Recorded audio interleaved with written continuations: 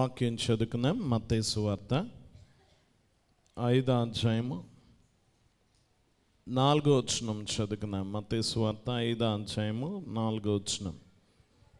దుఃఖపడువారు ధన్యులు, వారు ఓదార్చబడుదురు. ప్రార్థించుకుందాం, మోకరించుకుందాం, ప్రార్థించుకుందాం. దయనిధి, ప్రేమ స్వరూపుడా, మహోన్నతుడా, మహాగణుడా, నీ ఘననామమునకు వందనాలు, స్తుతులు, స్తోత్రములు. దేవా, ఈ సమయమందు నీ మాటలు ఆలకించుటకు మేమందరము ఒక సంఘముగా నీ ఎదుట కూడి ఉన్నాం. నీ దివ్యమైన ఉపదేశము మాకు అనుగ్రహింపనయ్యున్నావు, నీకు వందనాలు. దేవా, వాక్యము ద్వారా మమ్మల్ని అనుదినము బలపరచచ్చు, వృద్ధిపరచచ్చు, శుద్ధి చేయచ్చు, నీ రూపము మా యందు ఏర్పరచచ్చు ఉన్నావు, నీకు వందనాలు. ప్రతి బిడ్డను నీ ఆత్మ వశములో ఉంచుకున్నాము. నీ వాక్యపు జల్లులలో మేము మాగుగా తడిచి శుద్ధులమై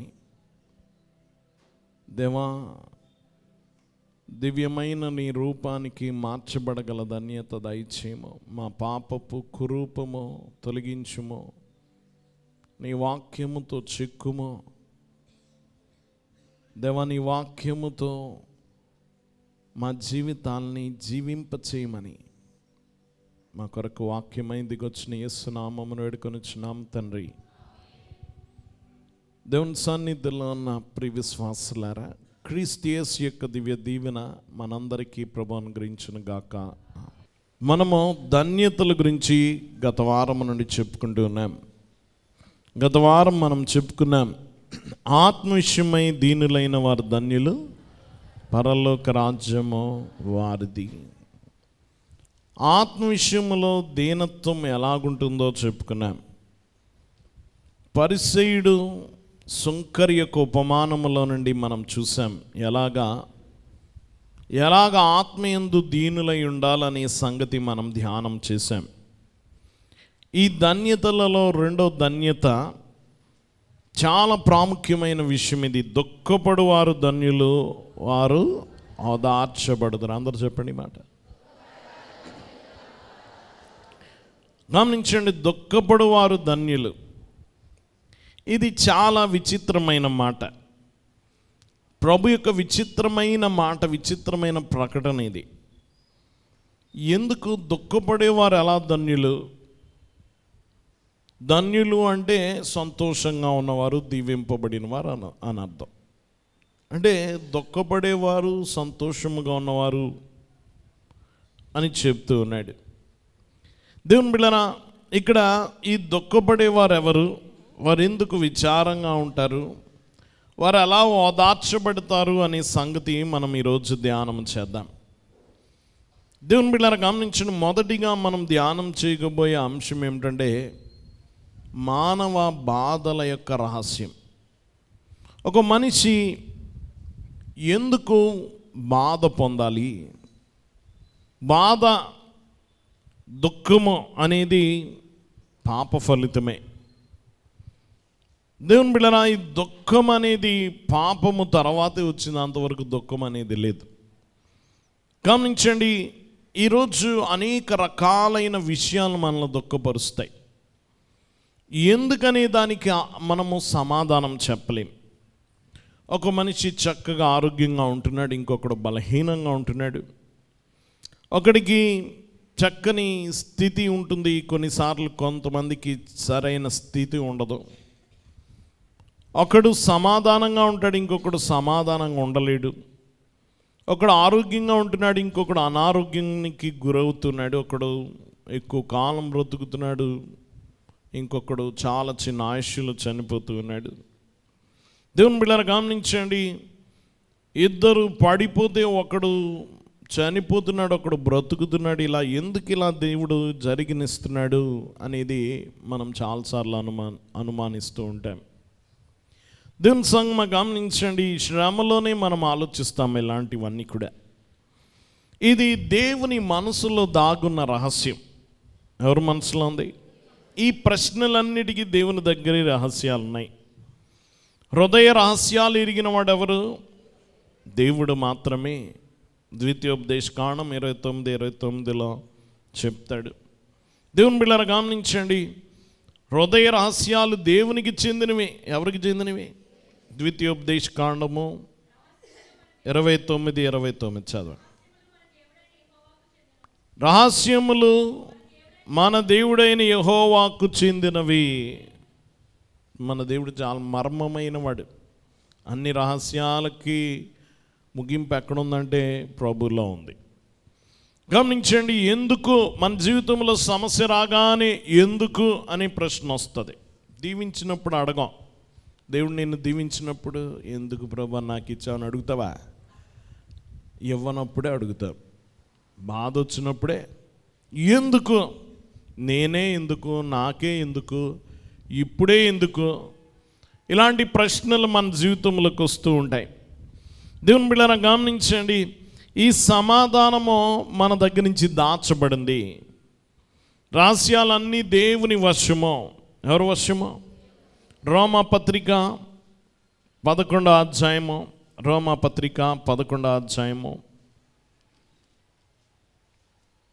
33వ వచనం చదువుకుందాం. 33వ వచనం నుండి, ఆహా దేవుని బుద్ధి జ్ఞానముల బాహుళ్యము ఎంతో గంభీరము, ఆయన తీర్పులు శోధింపనెంతో అశక్యములు, ఆయన మార్గములు ఎంతో అగమ్యములట. చూడండి, దేవుని బుద్ధి జ్ఞానముల బాహుళ్యం ఎంతో గంభీరము. ఆయన బుద్ధి జ్ఞానాలను కొలవలేవు. ఆయన తీర్పులు శోధింపనెంతో అశక్యములు. దేవుడు తీర్పు తీర్చాడు, ఒకడికి శ్రమ పంపించాడు. ఎందుకు అనేది నువ్వు పరిశోధించే శక్యము కాదు, నీ వల్ల కాదు. ఆయన మార్గములు ఎంతో అగమ్యములు, నీకు అర్థం కావు, గమనించి నీ గోచరం కావు. ప్రభు మనస్సును ఎరిగిన వాడెవడు? ఆయనకు ఆలోచన చెప్పిన వాడెవడు? నిజమే కదా, దేవుని మనసు ఎరిగిన వాడెవడు? ఆయనకి ఆలోచన చెప్పిన వాడెవడు? ముందుగా ఆయనకిచ్చి ప్రతిఫలం పొందగలవాడెవడు?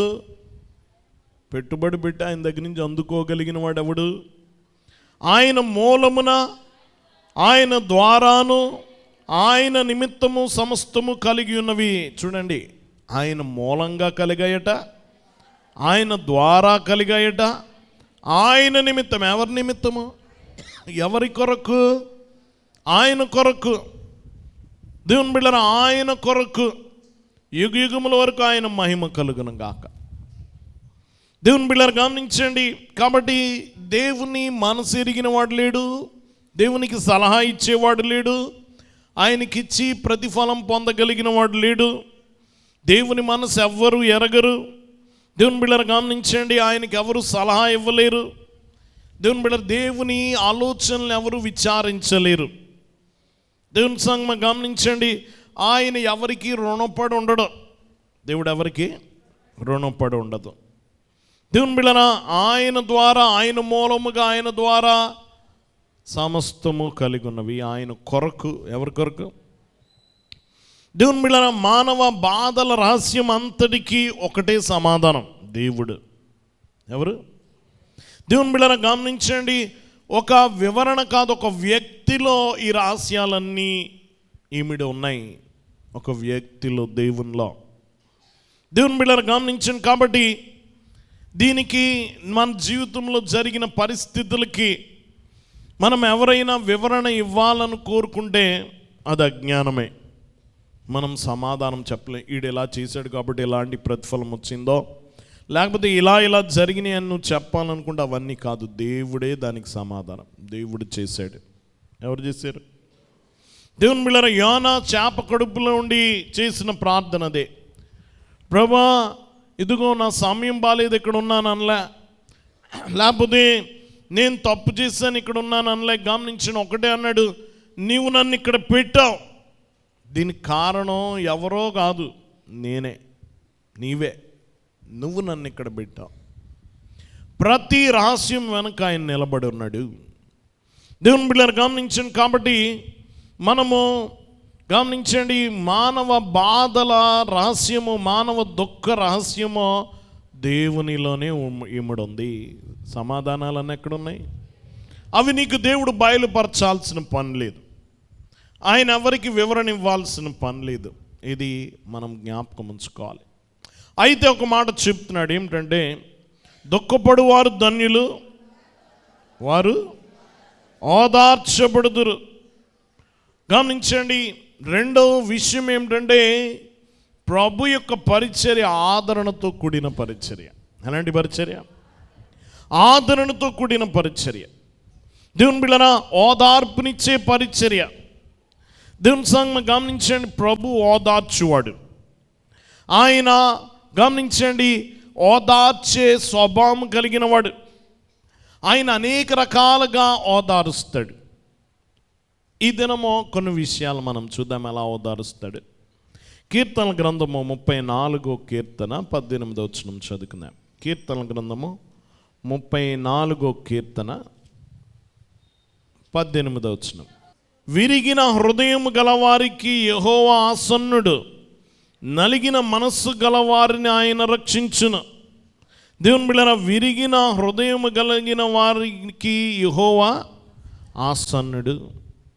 దేవుని బిడ్డలారా, బాధపడే వారి దగ్గరకు ఆయన వెళ్తాడు. ఆసన్నుడు అంటే ఆయన దగ్గరికి వస్తాడు. దేవుని బిడ్డలారా, బాధల మధ్య మనము దేవుని ఉనికి స్పష్టంగా గుర్తించగలం. ఇది దేవుని వాగ్దానం. నువ్వు వేదనలో ఉన్నావా, దేవుడు నీకు సరసనే ఉంటాడు, దగ్గరగా ఉంటాడు. పరిశుద్ధాత్మ ద్వారా నిన్ను ఆదరిస్తాడు. గొప్ప బాధల సమయంలో దేవుడు స్వయంగా మనకు దగ్గర అవుతాడు. ఆయన దగ్గరికి వస్తాడు. ఎవరి దగ్గరికి వస్తాడు? ఆయనే స్వయంగా దగ్గరికి వస్తాడు. దేవుని బిడ్డలారా, గమనించండి, సహజంగా మన జీవితంలో అన్నీ బాగున్నప్పుడు దేవుని సన్నిధి అనుభవించడం కంటే కూడా మనం బాధలో ఉన్నప్పుడు ఎక్కువ ఆయన దగ్గర ఉండడం మనం గమనించగలం.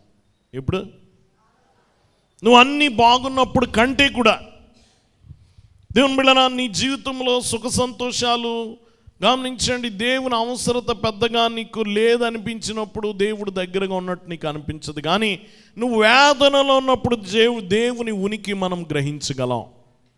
దేవుని బిడ్డలారా, నిజంగా ఒక గదిలో నువ్వు చాలా దుఃఖములో ఉన్నప్పుడు గమనించండి, నిశ్శబ్దంగా ఉన్నా అక్కడ దేవుని స్వరం నీకు వినబడుతుంది. చాలాసార్లు నిశ్శబ్దముగా అనిపించిన అక్కడ దేవుని గొంతు వినబడడం నువ్వు గ్రహించగలవు. దేవుని బిడ్డలారా, చాలామంది క్రైస్తవులు మనందరి జీవితాల్లో కూడా బాధల సమయంలో దేవుని సామీప్యత అనేది అనుభవించిన వారం. దేవుని సామీప్యత.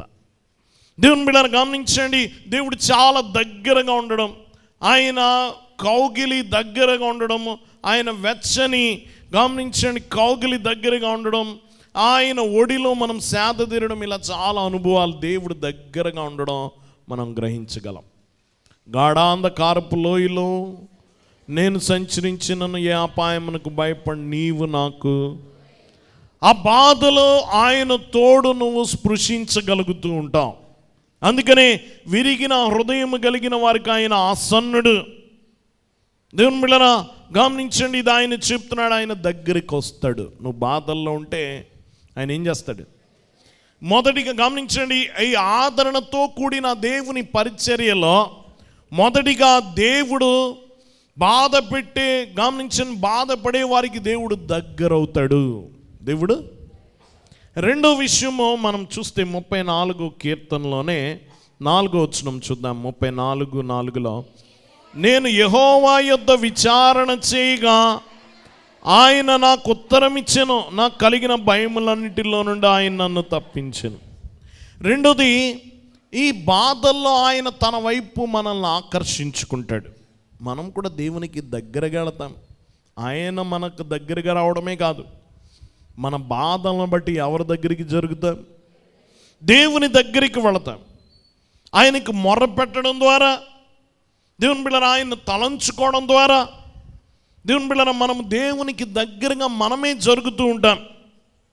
చాలాసార్లు ఒక చిన్న బిడ్డ ఉందనుకోండి, అంతా బాగున్నప్పుడు చక్కగా పరిగెలాడుతూ ఉంటుంది. కానీ ఏదైనా ఒక భయం పుట్టించే విషయం వచ్చిందనుకోండి, ఏ కుక్క లాంటిది ఏదన్నా దగ్గరికి వచ్చిందనుకో, వెంటనే ఎవరి దగ్గరికి జరిగిపోద్ది? తల్లి దగ్గరికి వెళ్ళిపోతుంది. దేవుని బిడ్డలారా, అలా మనం కూడా చాలాసార్లు మనం భయపెట్టే బాధలు, దుఃఖపరిచే సంగతులు మన జీవితంలో అనుభవిస్తున్నప్పుడు మనమే ఎవరికి దగ్గరికి జరిగిపోతాం? దేవునికి దగ్గర అయిపోతాం. మనకు తెలియకుండానే మన అడుగులు దేవునికి దగ్గరకి వెళ్ళిపోతాయి. దేవుని బిడ్డలారా, ఒక భయపెట్టే విషయం వచ్చినప్పుడు గమనించండి, ఒక బిడ్డ ఎవరి దగ్గరికి పరిగెడితే వాళ్ళ సొంతోళ్ళు అని అర్థం.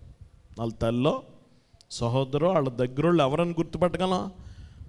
ఆ బిడ్డ ఎవరి దగ్గరికి పరిగెడితే వాళ్ళే సొంతోళ్ళు. అలాగా మనము ఈ లోకంలో ఎవరి చెంతకు చేరం, ఎవరి దగ్గరికి వెళ్ళిపోతాం?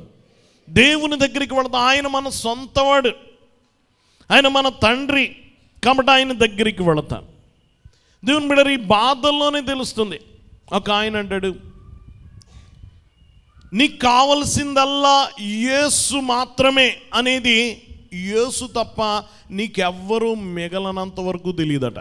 నీ జీవితంలో యేసు తప్ప ఇంకెవ్వరు లేరు, అందరూ వెళ్ళిపోయారు, యేసు ఒక్కడే ఉన్నాడు నీ జీవితంలో, అంతవరకు తెలియదట నీకు కావాల్సిందల్లా యేసు అని.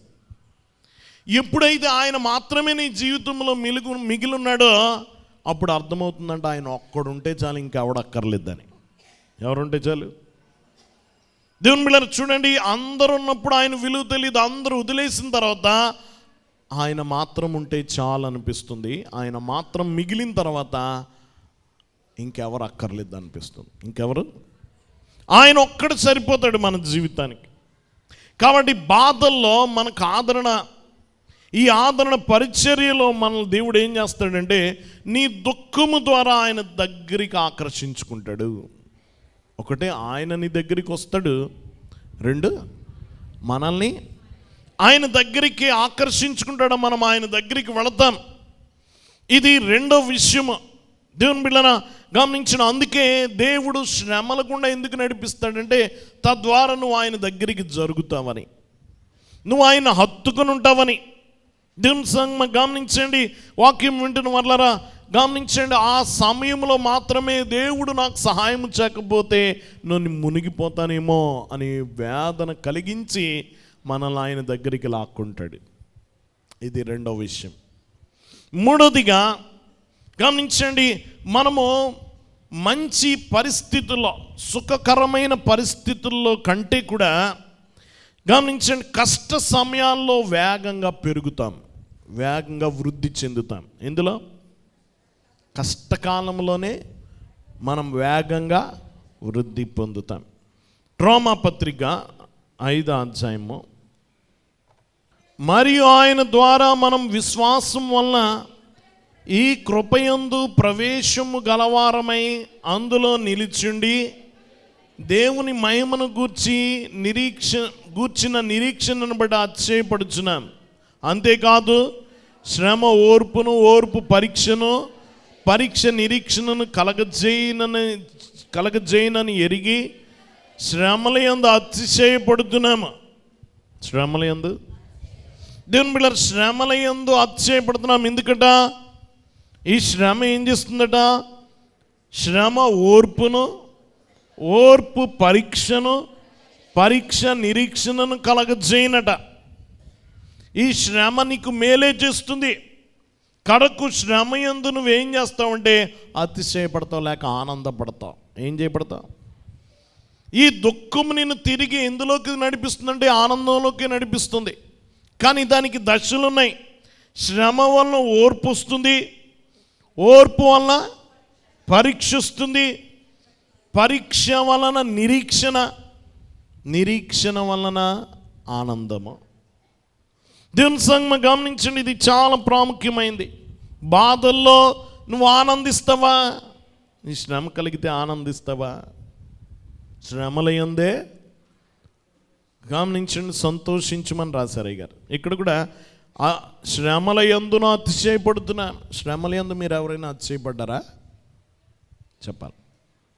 నాకు ఇన్ని అప్పులు ఉన్నాయి అని గొప్ప చెప్పుకుంటావా? నాకు ఇన్ని జబ్బులు ఉన్నాయి అని అతిశయపడతావా? గమనించిన ఆనందపడతావా? కానీ ఈ శ్రమ నీకు మేలు కొరకే. శ్రమల్లోనే పెరుగుతాం మనం. దీంట్లో దేవుని బిడ్డలారా గమనించండి, వాక్యం వింటున్న వల్ల మనం బాధలు గమనించండి, బాధలను బట్టి సంతోషించడం కాదు, ఈ బాధల్లోనే మనం ఎదుగుతాం. దేవుని సంగమం గమనించండి, ఇశ్రాయేలీయులు గొప్ప వాగ్దానం, మీరు ఇసుకరేణు వలె అవుతారన్న వాగ్దానం ఎప్పుడు జరిగింది? ఐగుప్తు శ్రమల్లో ఉన్నప్పుడే జరిగింది. ఒకవైపు వాళ్ళ శ్రమ అని బాధపడుతున్నారు, కానీ రెండో వైపు దేవుని వాగ్దానం నెరవేరిపోతుంది. వారు గమనించండి, వారు వేగంగా వృద్ధి చెందడం మొదలుపెట్టారు. వారు వేగంగా వృద్ధి చెందారు.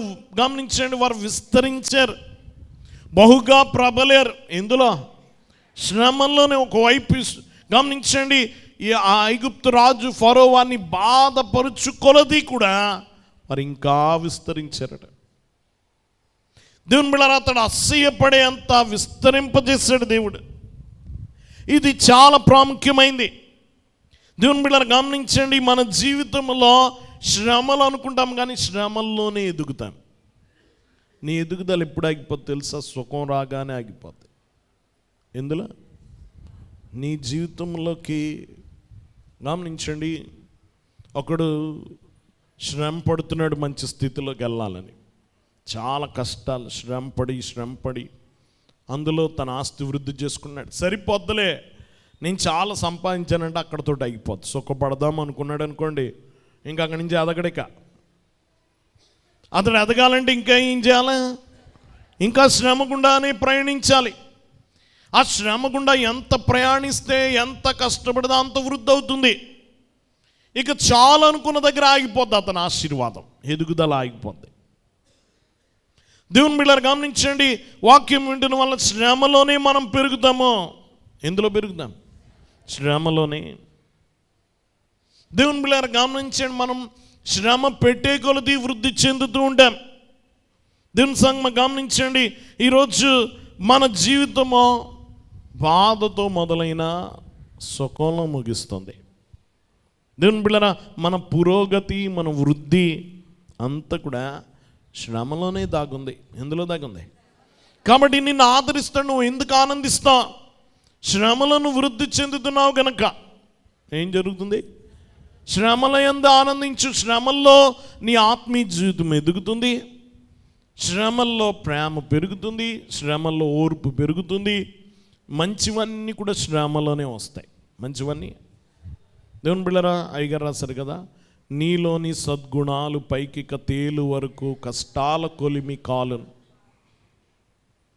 నీలో సద్గుణాలు మంచివి పైకి తేలే వరకు కూడా కష్టాలు కొలిమి రాజుతూ ఉంటుందట.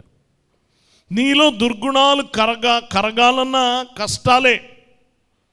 దేవుని బిడ్డలారా, నీలో ఉండకూడనివి తీసివేయాలన్నా, నీలో ఉండవలసినవి పైకి తేలాలన్నా, నీకు మెరుపు కావాలన్నా నీకు కావాల్సింది కష్టమే.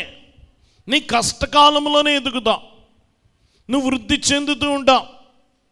దేవుని బిడ్డలారా గమనించండి, నీవు ఆత్మీయంగా ఎదిగినా, భౌతికంగా ఎదిగిన, ఇందులో అయినా దేంట్లో ఎదుగుతామంటే శ్రమలోనే ఎదుగుతాము.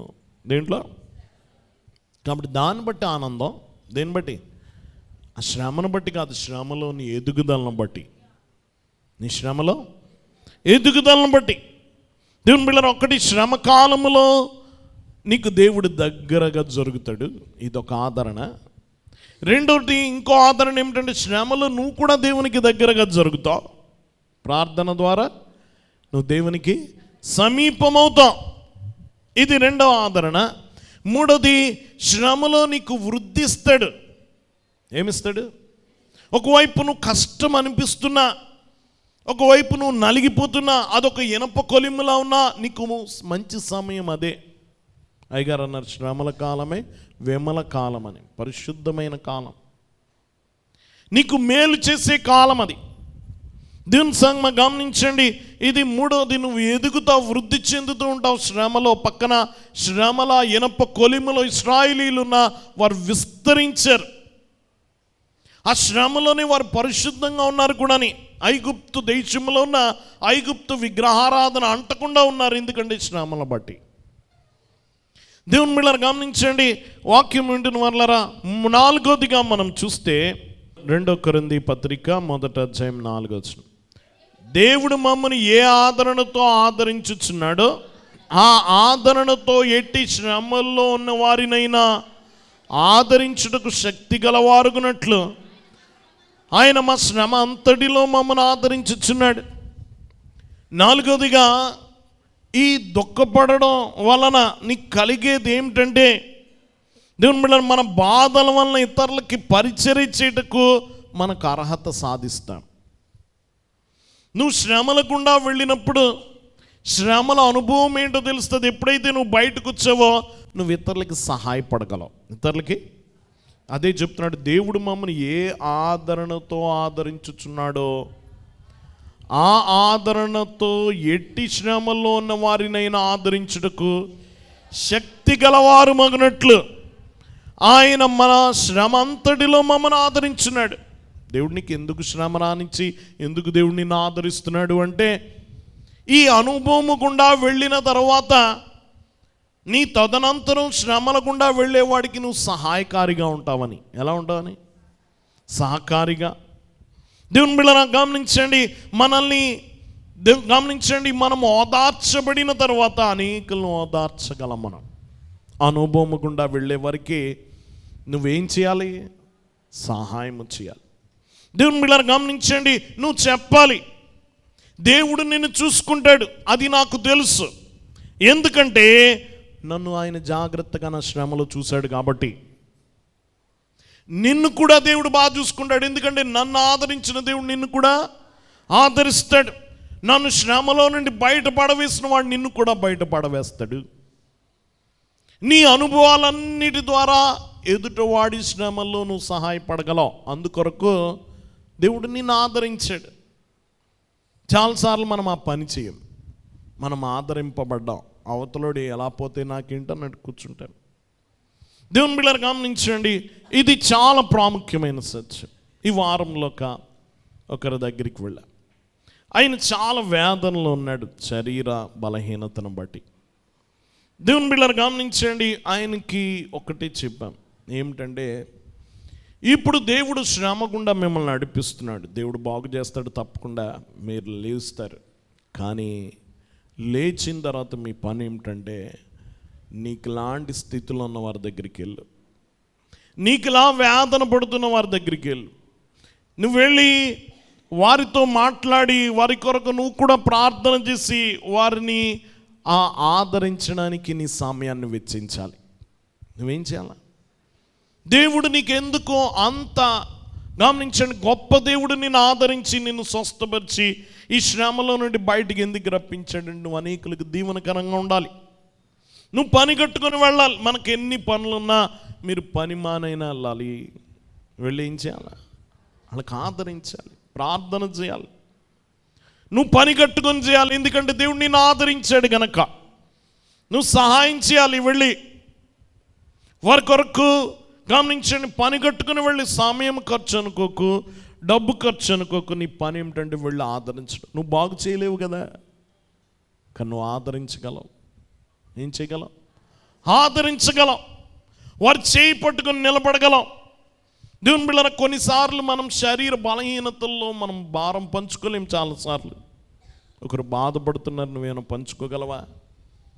నువ్వేం పంచుకోలేవు. కానీ నువ్వేం చేయగలవు అంటే పక్కన కూర్చొని ఆదరించి ధైర్యం ఇవ్వాలి.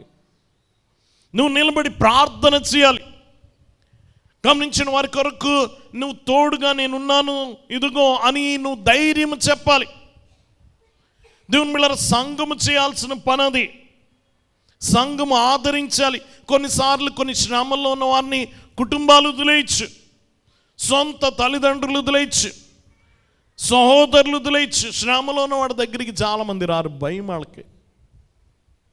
మనం పెరిగిన వాతావరణం మతం అలాంటిది. అక్కడికి వెళ్తే ఏమంటుకుంటుందో, దరిద్రాన్ని మనం అంటించుకొని వస్తామనో, గమనించిన అమ్మాయిలు నాకు అంటుకుంటుందనో, పాపం చాలా పెద్ద అడ్డుకంచి మనకు తరతరాలుగా వస్తుంది. మైలనో ఇంక రకరకాలే. సరిగ్గా ఆదరణ కావలసిన సమయంలో వాళ్ళని పూర్తిగా బహిష్కరించేసే ఆచారం అది. అసలు అలాంటి సమయంలో అందరూ కూర్చొని ఆదరించాల్సిన సమయంలో సాతాను పెద్ద కంచేస్తున్నాడు. వారికి దూరం చేసి, దేవుని బిడ్డలారా గమనించండి, ఇదిగో ఆ దరిద్రం మనకు వస్తుందేమో అనే భయంకరమైన లేనిపోయిన ఆలోచనలు పెట్టి మనం వెళ్ళాం. కానీ ఆ సమయంలో నీ ఆదరణ కావాలి. నువ్వు వారి పక్కన కూర్చొని వారిని ధైర్యపరచాలి, ఆత్మస్థైర్యం నింపాలి, దేవుని సహాయాన్ని ఇవ్వాలి. కానీ దేవుడు మనల్ని ఆదరించింది అందులకే నువ్వు ఇతరులకు ఆదరణకరంగా ఉంటావని. ఇతరులకి దేవుని బిడ్డలారా గమనించండి, నువ్వు అర్హుడు. దేవుని బిడ్డలారా బాధల గుండా వెళ్ళావు గనక నువ్వు ఇంకా అర్హుడు. ఎందుకంటే వాళ్ళని ఆదరించడానికి నువ్వే సరిపోతావు. ఒక క్యాన్సర్ జబ్బులో ఉన్నవాడు దగ్గరికి ఒక క్యాన్సర్ నుంచి బాగుపడిన రోగి వెళ్ళి అతనికి ఏం చేయొచ్చు? ఆదరణ ఇవ్వచ్చు. ఎందుకంటే దాని గుండా వెళ్ళింది. అది ఇంకొకడు వెళ్ళాడు అనుకోండి, నా బాధ నీకేం తెలుస్తుంది అంటాడు. కానీ ఆ బాధ తెలిసినోడు వెళ్తే అనుభవం ఇంకా గొప్పది. దేవుని బిడ్డలారా గమనించిన వాడిని ఆదరించవచ్చు. రుణాల గుండా వెళ్ళిన వాళ్ళు, సమస్యల గుండా. ఈరోజు మన మందిరంలో అనేకులు దానికి అర్హత కలిగిన వాళ్ళు మనం అందరం కూడా మనం ఎవరైనా శ్రమల గుండా వెళ్ళి ఆదరింపబడలేదా? భయంకరమైన జబ్బుల గుండా వెళ్ళాం, అప్పుల గుండా వెళ్ళాము. గమనించండి, ఇదిగో బిడ్డలు లేని స్థితి గుండా వెళ్ళాము, వివాహములు జరగని స్థితి గుండా లేని మన జీవితంలో లేని శ్రమ ఏదైనా ఉందా? దాటని శ్రమ ఏదైనా ఉందా? మనం అర్హులమా కదా? మరి ఈ అర్హత ఎంతమంది ఉపయోగించుకున్నారు? ఎంతమందిని ఆదరించా? నీ శ్రమల గుండా వెళ్ళావు గనక శ్రమ పొందిన వారికి నువ్వు సహాయం చేయాలి. యేసు ప్రభు వెంట నడిచిన వారిలో మగ్దలేని మరి ఒకటి. ఆమె 7 దయ్యముల చేత పీడింపబడింది, విడిపింపబడింది. ఆ తదనంతర జీవితం అంతా ప్రభుకే అంకితం చేసింది. వెంట నడిచింది ప్రభు వెంట. 12 మంది శిష్యులే కాదు, వారి వెంట స్త్రీలు కూడా నడిచారు. ఇలాంటి వారు బాగుపడి బాధ నొందుతున్న వారిని ప్రభు దగ్గరికి నడిపించారు. వాళ్ళ పరిచర్య ఏంటి? ప్రభు కూర్చొని గమనించండి, బాగు చేస్తున్నప్పుడు నడవలేని వారిని గమనించండి, ఇదిగో ఇలాంటి నిరాశ్రయులైన వారిని, నిరాదరణలో ఉన్న వారి దగ్గరికి వెళ్ళి వారిని ఆదరించి ధైర్యపరిచి విశ్వాసాన్ని నింపి ప్రభు దగ్గరికి తీసుకొచ్చి వారిని బాగు చేసి పంపడం వారి పని. బాగుపడిన వారు బాగు చేయాలి కూడా, బాగు చేసే యేసు దగ్గరికి నడిపించాలి కూడా. ఇది ఆదరణ పరిచర్య, ఆదరించే ప్రభు యొక్క పరిచర్య.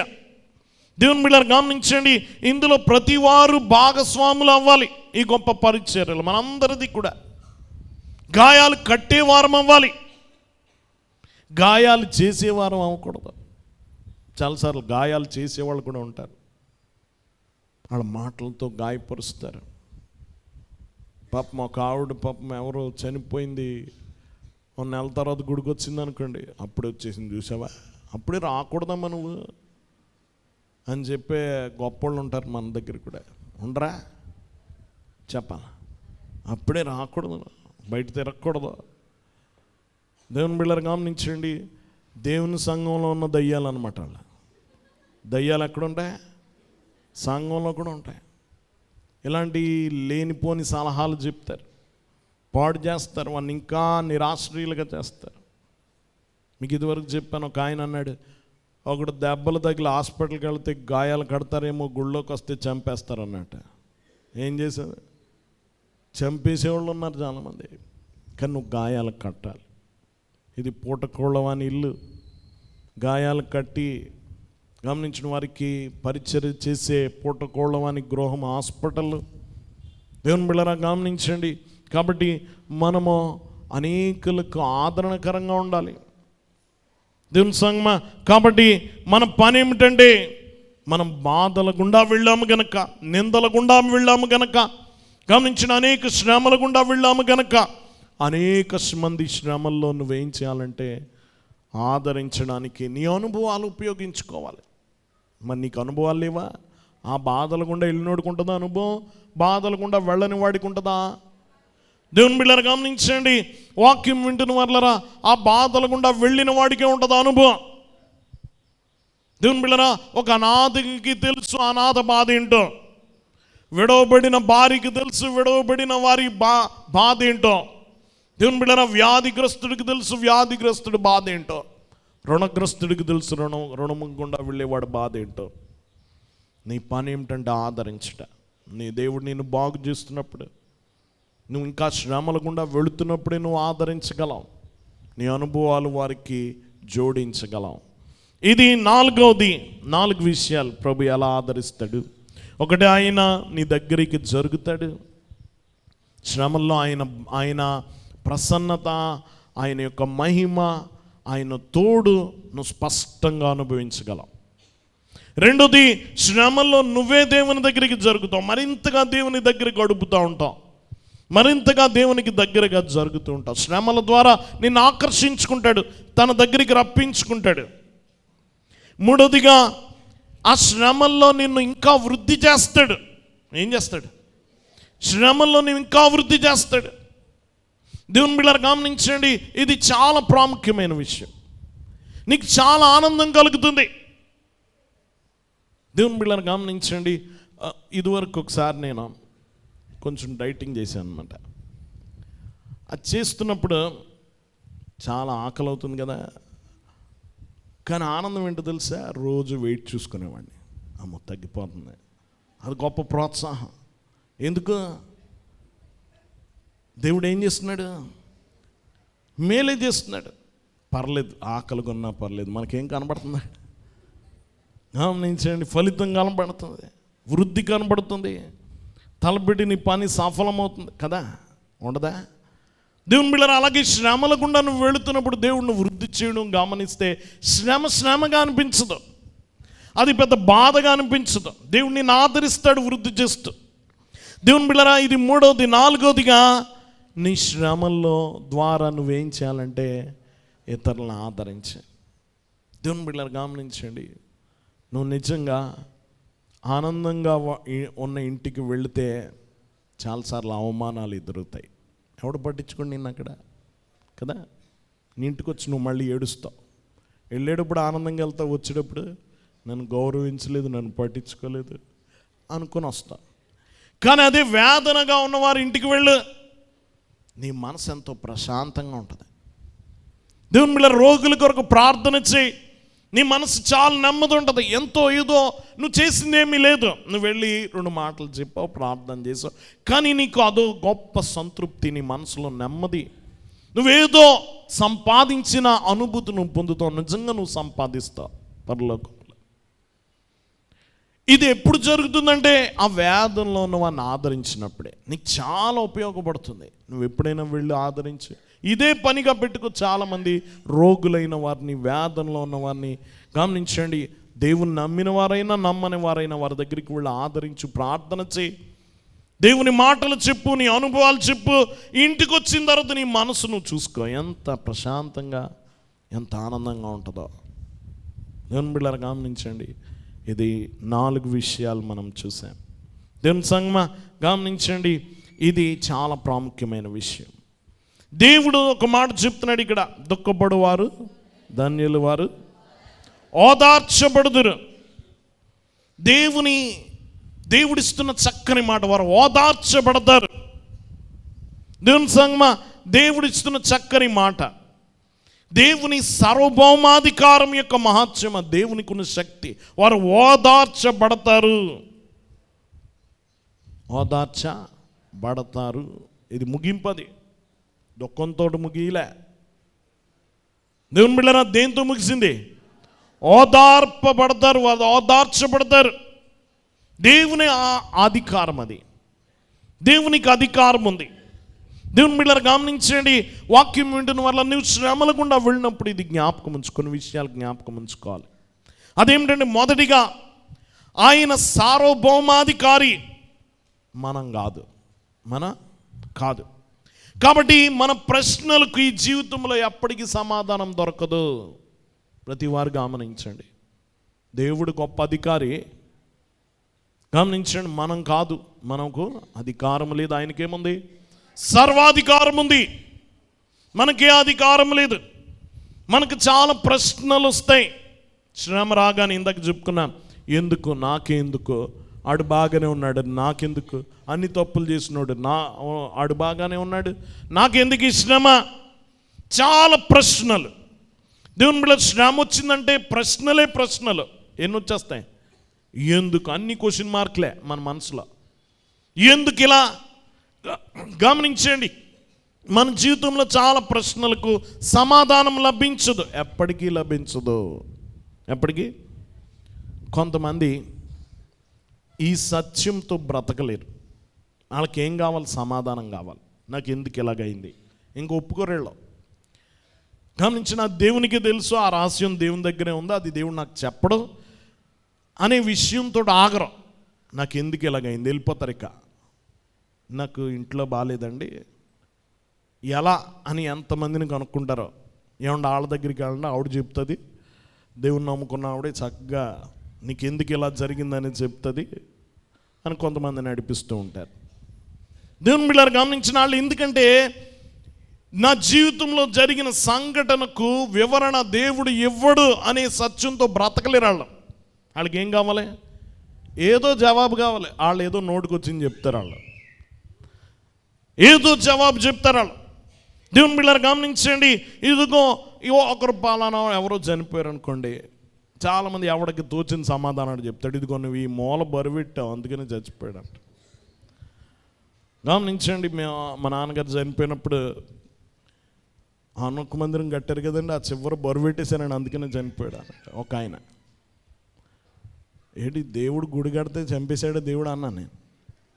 దేవుని బిడ్డలారా వాళ్ళకు తోచిన సమాధానాలు చెప్పేస్తారు. వాళ్ళు తోచిన సమాధానాలు వివరించడానికి చాలా ప్రయత్నాలు చేస్తారు. దేవుని బిడ్డలారా గమనించండి, నువ్వెప్పుడు అలాంటివి వినకు. దేవుని బిడ్డలారా ఎప్పుడు పని చేయవు. ఆ సమాధానాలు అసలు పనికిరాని సమాధానాలు. కొన్నిసార్లు అవి మనకు సహాయపడే బదులు మనల్ని ఇంకా బాధిస్తాయి. మనల్ని ఇంకా అయ్యో అలా చేయకుండా ఉండాల్సిందే అని నేను జుట్టు పీయకుండా వెనకాలతానా చెప్పాలా? లేనిపోని సమాధానాలు. దేవుని బిడ్డలారా గమనించండి, వాక్యం వింటున్న వాళ్ళారా చాలాసార్లు కొంతమంది చాలా భయంకరమైన స్థితుల్లో హాస్పిటల్లో ఉన్నప్పుడు దేవుడు ఎందుకంటే ఇలా చేశాడు అని మనల్ని అడిగారు అనుకోండి, ఏం చెప్పాలా? మనం చాలా భయపడిపోతాం. అలాంటప్పుడు నువ్వు నోటికి ఏది వస్తుంది మాట్లాడక, నువ్వు నెమ్మదిగా ఉండడం మంచిది. ఎందుకంటే నీకు తెలుసా సమాధానం, తెలుసా? అదే కదా దేవుడు చెప్తున్నాడు, దేవుని ఆలోచనలు శోధింపగలిగిన వాడెవడు, దేవుని తీర్పులను పరిశోధించగలిగిన వాడెవడు, దేవుడు ఎందుకు ఇలా చేశాడో అనే దానికి నువ్వు వివరణ ఇవ్వగలవా? ఇవ్వలేవు. అది దేవుడు కూడా చెప్పడు నీకు. దేవుని బిడ్డలారా గమనించండి, కొన్నిసార్లు జవాబిచ్చే బదులు మౌనంగా ఉంటే మంచిది. ఎలా ఉంటే మంచిది? ఎందుకంటే అది నాకు తెలియదని ఒప్పుకో. అది దేవునికే తెలుసండి, అది ఎవరికీ తెలియదు. ఎవడు చెప్పినా నమ్మొద్దు, అది దేవునికే తెలుసు. రహస్యం ఎవరిది? ఎవరి వశమా? దేవుని బిడ్డలారా గమనించండి, నువ్వేం మాట్లాడకు. దేవుని బిడ్డలారా గమనించండి, దేవుని మర్మమైన విషయాలను నీకు తెలిసి తెలియని జ్ఞానముతో వివరించేకు. నువ్వు వివరించేకు. అది దేవుని గొప్ప ప్రణాళిక. అతని జీవితంలో ఆ శ్రమ గుండా నడిపించాడంటే ఏదో గొప్ప ఉద్దేశం ఉంది. అది నీ జ్ఞానముతో నువ్వు తెలుసుకోలేవు, వివరించలేవు. కాబట్టి నువ్వు అలాంటప్పుడు ఎలా ఉంటే మంచిదే? మౌనంగా ఉండు. నీకు తెలీదు, ఎవరికి కూడా తెలియదు, భూమి మీద ఏ గొప్ప వ్యక్తికి తెలీదు. దేవుని బిడ్డలారా గమనించండి, దేవుడు కూడా అందరికీ చెప్పడం. దేవుని వాక్యం వింటున్న వాళ్ళరా గమనించండి, కొంతమంది పని కట్టుకొని ఇదే వ్యాపారం కూర్చొని నీకు ఎందుకు ఇలాగైంది అలాగే ఇంతకైంది తెరలు కట్టుకొని కూర్చొని ఈ సోది చెప్పే బ్యాచ్ చాలామంది ఉన్నారు. జాగ్రత్త, వాళ్ళకి తెలియదు నిజంగా వాళ్ళు చెప్పేది సత్యం కాదు. ఎందుకంటే నీ సత్యం ఒకవేళ దేవుడు చెప్తే నీకే చెప్తాడు, ఇంకెవడికి చెప్పడం. ఇది మొదటిది. రెండోది, దేవుడు నీకు మేలు చేసేవాడే, నీ శ్రేయోభిలాషే అనేది నువ్వు తెలుసుకోవాలి. దేవుడు శ్రేయోభిలాషి. రోమా 8:28 అంటాడు, దేవుడు ప్రేమించే వారికి అనగా ఆయన సంకల్పము చొప్పున పిలువబడిన వారికి మేలు కలుగుటకై సమస్తము సమకూడి జరుగుచున్నవని ఎరుగుదుమో. మేలు చేసేవాడే నీకు, హానికరుడు కాదు, ఆయన మేలు చేసేవాడు. నీ శ్రేయోభిలాషి. శ్రేయోభిలాషి అంటే నీ మేలును ఆశించేవాడు, నీ క్షేమము కోరుకునేవాడు, నీ క్షేమమును కోరుకునేవాడు. దేవుని మీద నువ్వు నిజంగా దేవుడు నీ శ్రేయోభిలాషను విశ్వసిస్తే నీ జీవితంలో శ్రమలు వచ్చినా సరే నువ్వు భరించగలవు. నా మేలు కొరకే, నీ మేలు కొరకే, మేలు కొరకే ఈ శ్రమల గుండా నడిపిస్తున్నాడని నమ్ముతాం. దేవుని మీద దేవుని మంచితనాన్ని విశ్వసించినంత కాలము మీరు సమాధానం లేకపోయినా బ్రతకగలరు. ఏం లేకపోయినా, నీ ప్రశ్నలకు సమాధానం లేకపోయినా బ్రతకగలరు. దేవుని బిడ్డలారా గమనించండి. కాబట్టి ఒకవేళ దేవుని బిడ్డలారా దేవుని గమనించండి, మంచితనాన్ని నువ్వు నమ్మకపోతే, అనుమానిస్తే నువ్వు ఒక రకంగా నాస్తికుడిగా మారిపోతావు. ఎలా మారిపోతావు? దేవుని నమ్మని రహస్య నాస్తికుడిగా మారిపోతావు. దేవుని బిడ్డలారా దేవుడు నాకు మేలే చేస్తాడు, నాకు క్షేమకరుడు, నాకు క్షేమకరుడు, నా శ్రేయోభిలాషి. దేవుని బిడ్డలారా గమనించండి. కాబట్టి ఇది చాలా ప్రాముఖ్యమైనది. నాకేం జరిగినా దేవుడు మేలు కొరకే. కొన్నిసార్లు మనం అంటాం, దేవుడు గమనించండి, నా సోదరుడికి మంచి ఆరోగ్యం ఇచ్చాడండి, బ్రతికించాడు, చాలా గొప్పవాడండి అంటాడు. చచ్చిపోయినా గొప్పడే దేవుడు కదా. నీ సహోదరుడు ఆ వ్యాధితో చచ్చిపోతే ఆయన గొప్పవాడు కాదా, మంచివాడు కాదా? చచ్చిపోయినా గొప్పడే. కాకపోతే మనం ఏమనుకుంటామంటే దేవుడు చాలా మంచివాడండి, దేవుడు మేలే చేశాడండి, బ్రతికించాడు. ఒకవేళ బ్రతికించలేదనుకో, మంచివాడు కాదా? అప్పుడు మంచివాడే. దేవుని బిడ్డలారా గమనించండి. కాబట్టి ఇది చాలా ప్రాముఖ్యమైన సత్యం. దేవుని ఎప్పుడు విచారణలో పెట్టలేవు, దేవుని ఎప్పుడు విచారణలో పెట్టలేవు. దేవుని బిడ్డలారా గమనించండి. దేవుడిని నీ శ్రేయస్సును ఆలోచించేవాడను నువ్వు నమ్మితే, గమనించండి, వాక్యమును మనకు శ్రమల గుండా వెళ్ళినా మనకు అది మనం భరించగలం. మనకు సమాధానాలు కోరుకోం. మనకి ఏం కోరుకోం? మనకి సమాధానాలు కోరుకోం. దేవుని బిడ్డలారా గమనించండి. అలాగే మనం చూస్తే దేవుడు చాలా జ్ఞానవంతుడు అని నువ్వు నమ్మితే నీ జీవితంలో ఏది వృధా కాదు. దేవుడు చాలా, నువ్వు తెలివైనవాడు, దేవుడు తెలివైనవాడా? చెప్పాలి. నీకు బాగా తెలుసా, ఆయనకు బాగా తెలుసా? ఆయనకే బాగా తెలుసు కదా. దేవుడు జ్ఞానవంతుడు. దేవుని బిడ్డలారా గమనించండి. రోమా 8:29 కూడా చూస్తాం ఆ మాట. రోమా 8:29. ఎందుకనగా తన కుమారుడు అనేక సహోదరులు జ్యేష్ఠుడగినట్లు దేవుడు ఎవరిని ముందుగా ఎరిగినో వారు తన కుమారునితో సారూప్యం గలవారుటకు వారిని ముందుగా నిర్ణయించెను. దేవుడు మేలు కొరకే అనేక సహోదరులు జ్యేష్ఠుడు వగినట్లు దేవుడు ముందుగా నిర్ణయించాడట. అంటే దేవుడు నేను ఉన్నత స్థితిలో ఉంచాలని ముందు నుంచి ఆయన ఆలోచన కలుగున్నాడు. నిన్ను ఉన్నత స్థితిలో పెట్టాలని, తన కుమారునితో సారూప్యం గలవారు అవ్వాలని దేవుడు కోరుకున్నాడట. దాని కొరకు పనిచేస్తున్నాడు. మనం చెప్పుకున్నాం, ఎంతమందికి గుర్తుందో కొత్త సంవత్సరంలో దేవుడు నీ ముందు కూర్చోవడం ఎలాంటిదంటే ఒక బండ రూపము లేని రాయి ముందు కూర్చున్నట్టు. ఈ రూపాన్ని, ఈ రాయిని, మొద్దుగా బండగా ఉన్న ఈ రాయిని తన కుమారుని రూపంలోకి చెక్కాలి. మనో బండ, నువ్వో బండ, నేనో బండ, తిట్టుకాదు ఇదేమి, నిజంగా బండరాయిలా ఉన్నాం. దేవుడు నిన్ను నన్ను ఎలా మార్చాలనుకున్నాడు? తన కుమారునితో సారూప్యం గలవారిగా మార్చాలి. అందుకనే శ్రమలనే సుత్తి ఉలి పట్టుకున్నాడు. ఏం పట్టుకున్నాడు? శ్రమలనే సుత్తి ఉలి పట్టుకున్నాడు. యేసులా ఉండని ప్రతిదాన్ని నీలో నుండి తీసేస్తున్నాడు. యేసులాగా ఉండని ప్రతిదీ నీలో నుండి వేరు చేస్తున్నాడు. కడకు నిన్ను ఎలా మార్చాలి? తన కుమారునితో సారూప్యం గలవాడిగా మార్చాలి. ఆయన కుమారుడి రూపానికి మార్చాలి. దాని కొరకు నిరంతరము పనిచేస్తూనే ఉంటాడు నీ జీవితకాలం అంతా. ఈ భూమి మీద ఉన్నంతసేపు ఆ సుత్తికి పని ఉంటుంది, ఉలికి పని ఉంటుంది. నీకు తగులుతూనే ఉంటాయి దెబ్బలు. ఈ దెబ్బలు తగులుతున్నందుకు వరకు నీకు మేలే.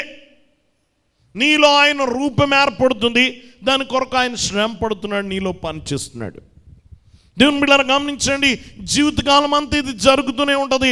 జరిగే కొలది రోజు రోజుకి నీ యందు ఏ రూపం ఏర్పడుతుందంటే క్రీస్తు రూపం నీలో అమరుస్తూ ఉంటాడు. దేవుని బిడ్డలారా గమనించండి, దాని కొరకు రోజు దెబ్బలు కొడతానే ఉంటాడు. ఇది చాలా కాలం పట్టే పని.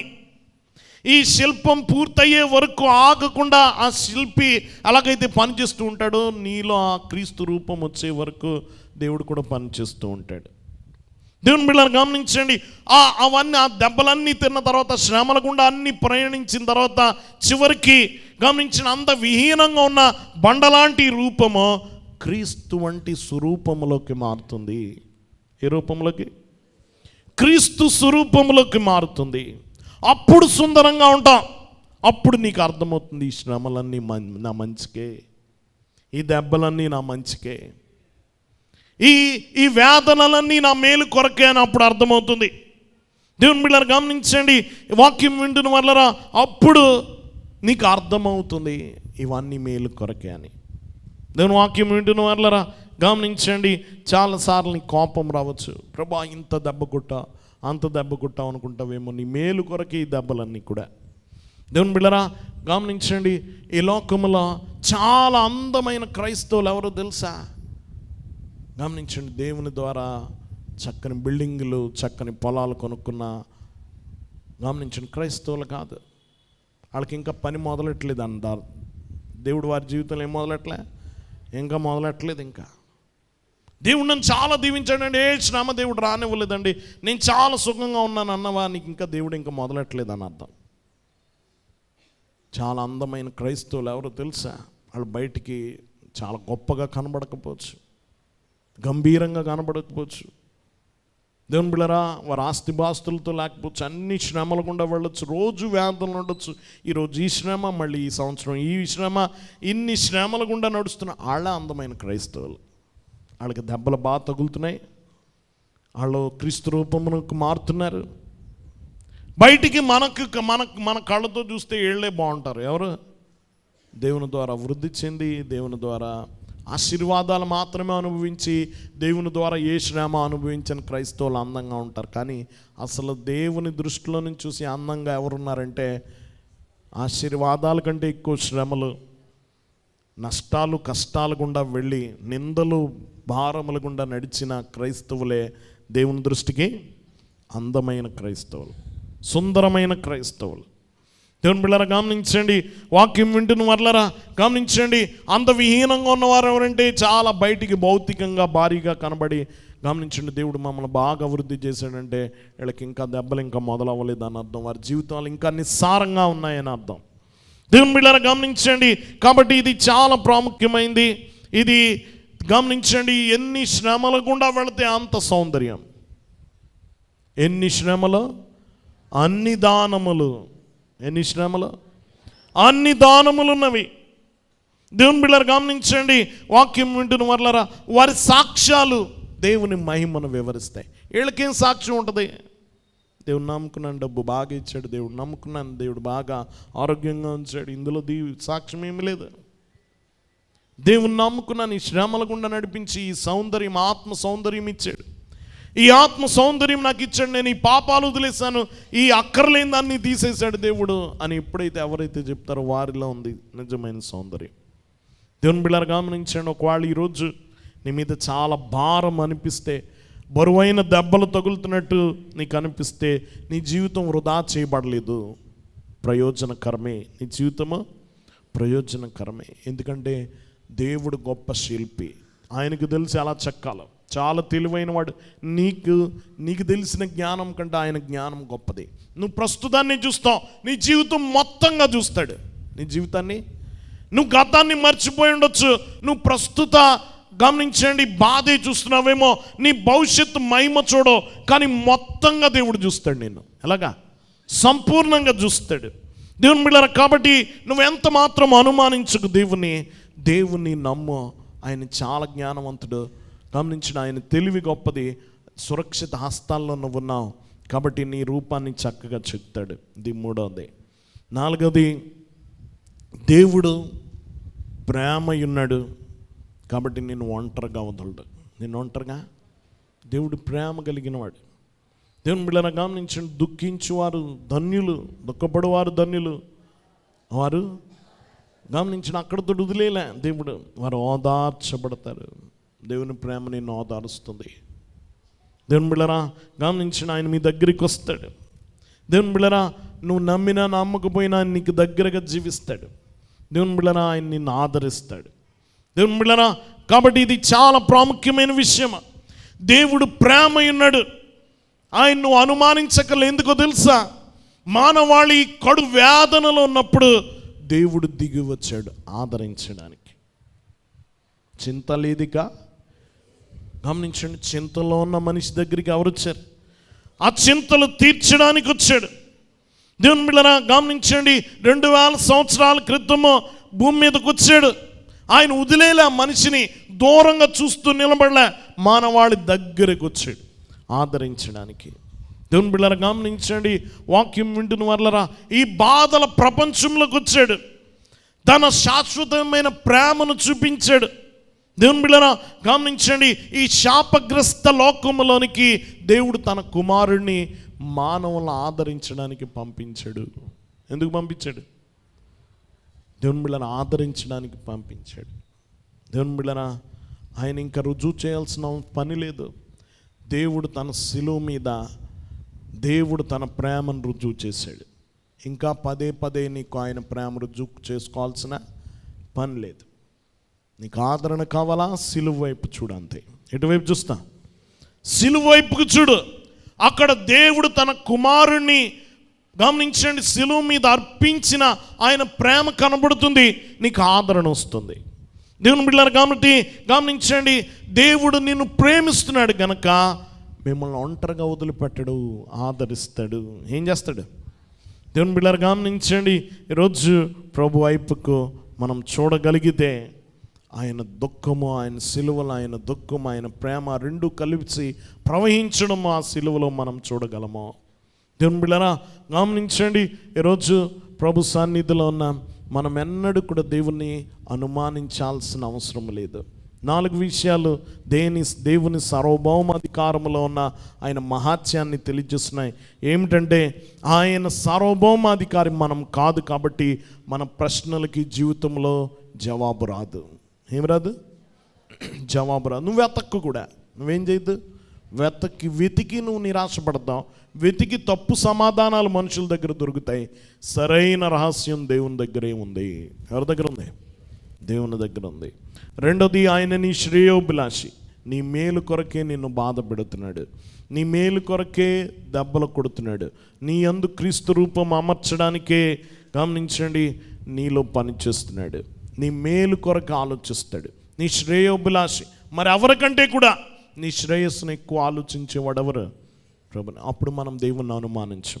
మూడోది, ఆయన జ్ఞానము కలిగిన వాడు, నీకంటే బాగా తెలివైనవాడు. నీ జీవితం ఆయన చేతుల్లో ఉంది, చక్కని శిల్పి చేతుల్లో ఉంది. ఆయన ఎలాగా శిల్పం సంపూర్తి చేయాలో మనకు తెలియదు, కానీ ఎవరికి తెలుసు? ఆయనకు తెలుసు. నాలుగోదిగా, ఆయన ప్రేమయున్నాడు, నిన్ను ఒంటరిగా విడిచిపెట్టడు, ఒంటరిగా ఆదరిస్తాడు. కాబట్టి 4 విషయాలు మనం చెప్పుకున్నాం. ముందు ఇంకో 4 విషయాలు చెప్పుకున్నాం కదా. దేవుని బిడ్డలారా గమనించండి, దేవుడు బాధపడే వారికి ఆయన దగ్గర అవుతాడు.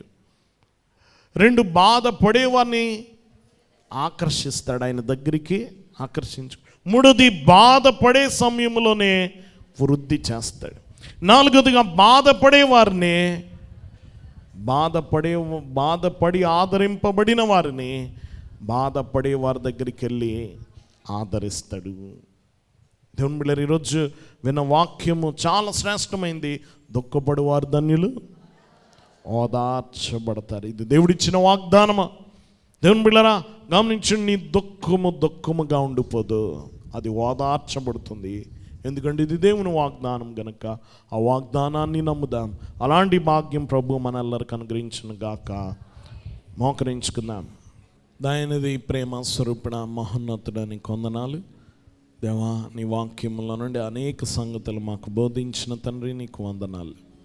విన్న వాక్యం మా జీవితంలో ఫలింప చేయండి దేవా. ప్రతి మాట మా హృదయంలో నిలిచినట్లు నీ వాక్యము బోధించిన ప్రకారం నీ అందే విశ్వాసం కలిగి నీ చేత ఆదరింపబడి అనేకులను ఆదరించడానికి మాకు సహాయం చేయము దేవా. శ్రమల యందే సంతోషించుమని తండ్రి గారు రాసిన విధంగా నిజంగా నిజముగా శ్రమల యందు ఆనందించుటకు సహాయం చేయమని, శ్రమల యందు అతిశయించుట కృప చూపించమని యేసునామమున వేడుకొనుచున్నాం తండ్రి, ఆమేన్.